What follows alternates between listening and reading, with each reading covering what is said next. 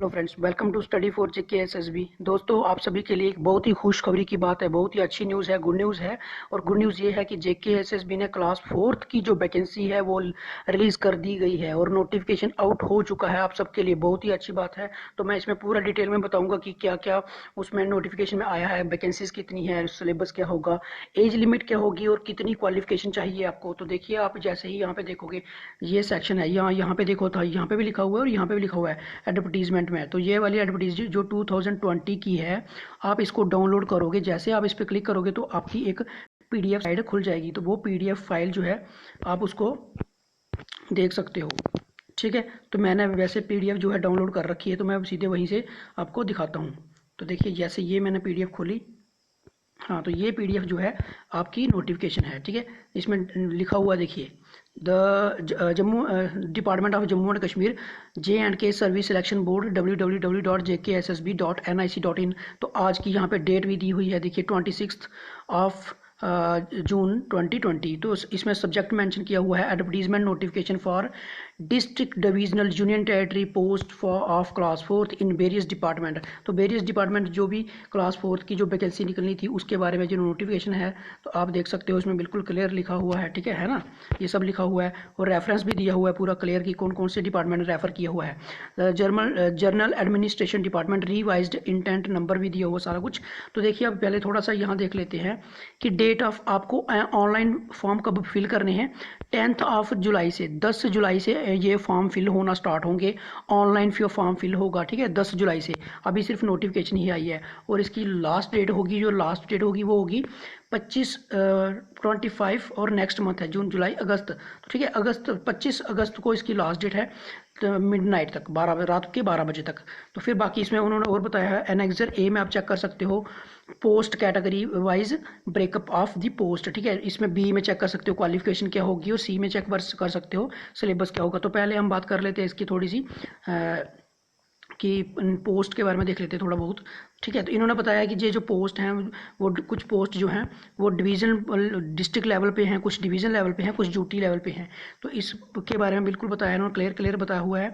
ठीक है, appointment of candidates. तो अपॉइंटमेंट कैसे होगी, देखिए इसके लिए उन्होंने बताया है कि एडवर्टीजमेंट तो हो गई, आपको पता ही है। ठीक है, इसके लिए रूल्स भी, स्पेशल रूल्स जो हमने पहले वीडियो में डिस्कस कर रखे हैं, वो रूल्स आपको पता ही हैं। उन रूल्स के अकॉर्डिंग ये जो सिलेक्शन होगी। ठीक है, तो डॉक्यूमेंट्स जो आपको फिर उसके बाद आ जाती है the appointment and the other service condition of the candidate selected through this selection process shall be govern by the provisions of the Jammu and Kashmir probationer. हाँ, तो आपको पता है ये जो अभी न्यू रूल बना हुआ है SO 192, जिसमें SRO 202 को हटा के एक नया रूल बनाया है। 2 साल आपको प्रोबेशन पीरियड में रहना पड़ेगा, वो रूल इसमें लागू होता है।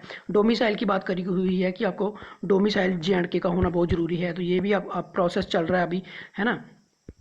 तो उसके बाद आ जाता है आपको कैंडिडेट जो है उसको डोमिसाइल तो देना ही पड़ेगा। ठीक है, डोमिसाइल के बिना उसकी सिलेक्शन जो है वो नहीं होगी। फिर उसके बाद आ जाता है the domicile certificate should be issued in favour of the candidate on or before the date as shall be fixed for document. तो देखिए, जिस डेट को डॉक्यूमेंट वेरिफिकेशन होगी उस डेट से पहले का आपका डोमिसाइल सर्टिफिकेट बना होना चाहिए। तो इसलिए आप अपना डोमिसाइल अभी से बनाना स्टार्ट कर दीजिए। तो वैकेंसीज की बात कर लेते हैं। वैकेंसी में इसमें बताया है कि 2 डिपार्टमेंट वैकेंसीज हैं। The cadre wise, department wise detail of notification post that will be filled through this examination are enclose annexure A. तो एनेक्सर ए में बताया गया है कि जो भी वैकेंसीज हैं जो कि इस फॉर्म में आप फिलअप करोगे। ठीक है, पे स्केल की बात कर लेते हैं। तो पे स्केल की बात करें तो इसमें क्या बताया है, the pay scale of class fourth post notified for recruitment through this advertisement notification shall be 14,800 से लेके 47,100 रुपया है। ठीक है, तो मतलब आपको जो सैलरी जो है ये बेसिक सैलरी इन्होंने बताई हुई है 14,800, ये सैलरी है इसकी। ठीक है, बेसिक सैलरी। और एज लिमिट की बात करें तो उसने बोला है फर्स्ट 20, तो मतलब 1 जनवरी 2020 से आपकी एज काउंट होगी। और आपकी एज जो है कितनी, ओपन मेरिट में जो मैक्सिमम एज है वो कितनी होनी चाहिए, 40 साल। SC में 43 ईयर है। ठीक है, SC में 43 है, ST में 43 है, RBA 43, ALCIB में 43, EWS में 43 है और पहाड़ी रीजन जो है उसमें भी 43 है।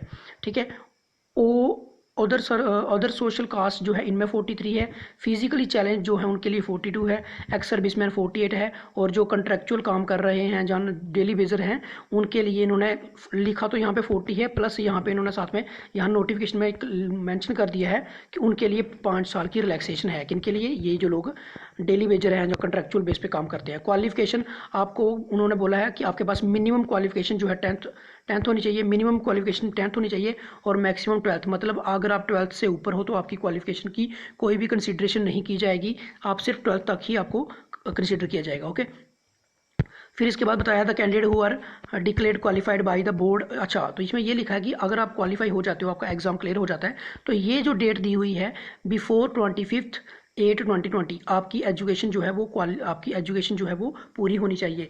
ये नहीं है कि आपका रिजल्ट इसके बाद आता है, अगर 10th का मान लीजिए कि आपका रिजल्ट आता है 26/8 को, तो आप एलिजिबल नहीं होंगे। ये बात का ध्यान रखना है, आपका जो 10th है वो इस डेट से पहले की होनी चाहिए। ठीक है, तो ये बात हो गई।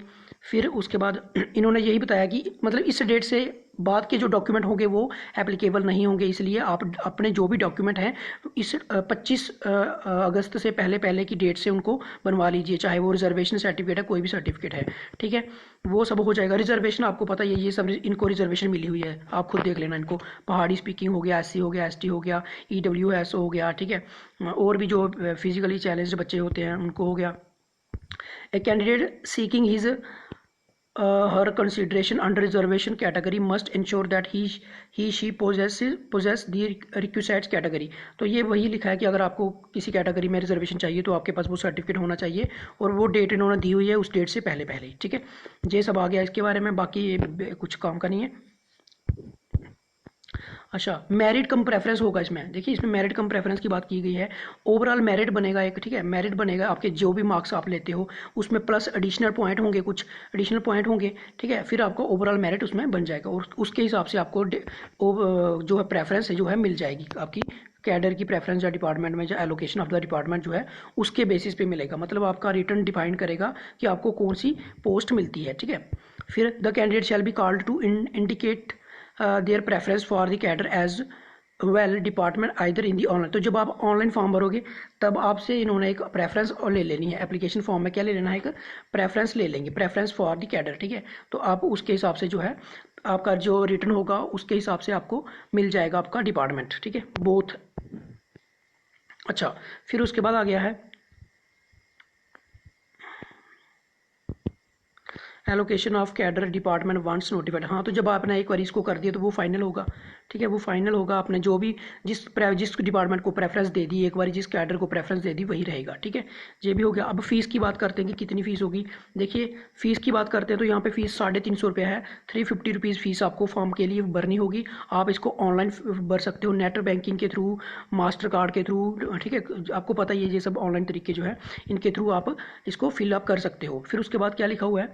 एप्लीकेशन रिसीव्ड विदाउट फी। बिना फीस के होगा तो वो रिजेक्ट हो जाएगा, और क्या होगा। ठीक है, सेंटर ऑफ एग्जामिनेशन। तो आपके जो एग्जाम का सेंटर है उन्होंने बोला है कि जो बोर्ड आपको नोटिफाई कर देगा, जो भी आपका सेंटर बनेगा, एक बार मान लीजिए आपका सेंटर जो है जम्मू में बनता है या श्रीनगर में बनता है, तो आप उसको वो नहीं कर सकते, चेंज नहीं करा सकते, ये तो पता ही होता है। Scheme of examination. देखिए, अब एग्जामिनेशन किस प्रकार का होगा। इन्होंने बोला है कि एग्जामिनेशन जो होगा वो consist of objective type question होगा, मल्टीपल चॉइस क्वेश्चंस होंगे उसमें, और ठीक है, और OMR मतलब ऑनलाइन पेपर नहीं होगा, ऑफलाइन पेपर होगा, पेन पेपर वाला पेपर होगा। ठीक है, तो उसमें आपको पेपर इंग्लिश में होगा, ओनली इन इंग्लिश, हिंदी नहीं आएगी, ध्यान रखना। और इसमें नेगेटिव मार्किंग भी होगी। कईयों को डाउट था कि नेगेटिव मार्किंग होगी कि नहीं होगी, तो मैंने बताया था पहले भी कि 0.25 नेगेटिव मार्किंग है इसमें। तो फिर उसके बाद टेंटेटिव इसने बोला है कि इसके बाद क्या करेंगे, कुछ दिन रख लेंगे, और उस दिन के बाद ये क्या करेंगे, अपलोड कर देंगे आंसर कीज। तो आंसर की जो है अपलोड की जाएगी विद इन सम डेज। ठीक है, उसके बाद क्या होगा? फिर उसके बाद क्या होगा?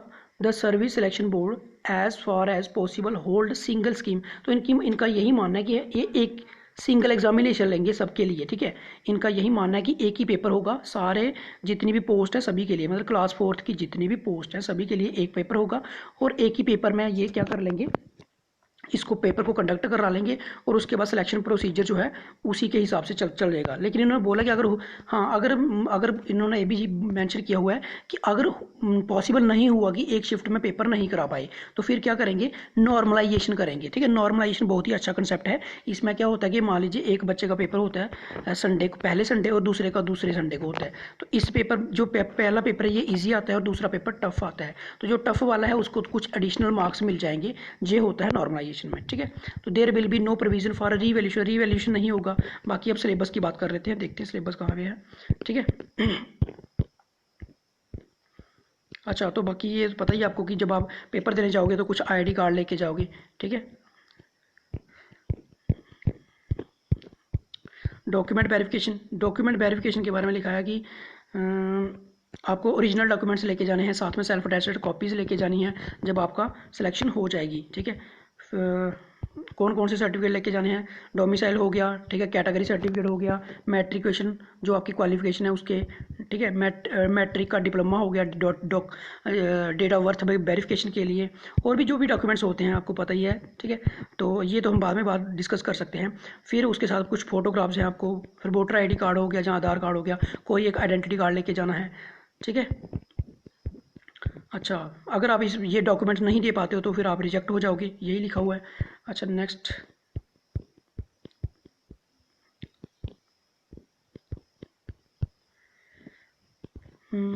हाँ ये चीज़ इंपॉर्टेंट है डिस्कस करना कि candidate whose family member neither is nor has been in government service including in PSU board, autonomous body ETC substantially owned and controlled by the government.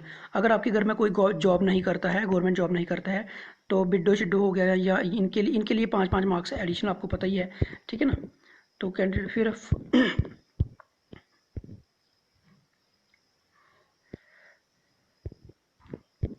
जब ये डॉक्यूमेंट बाद में बात कर लेंगे इनको।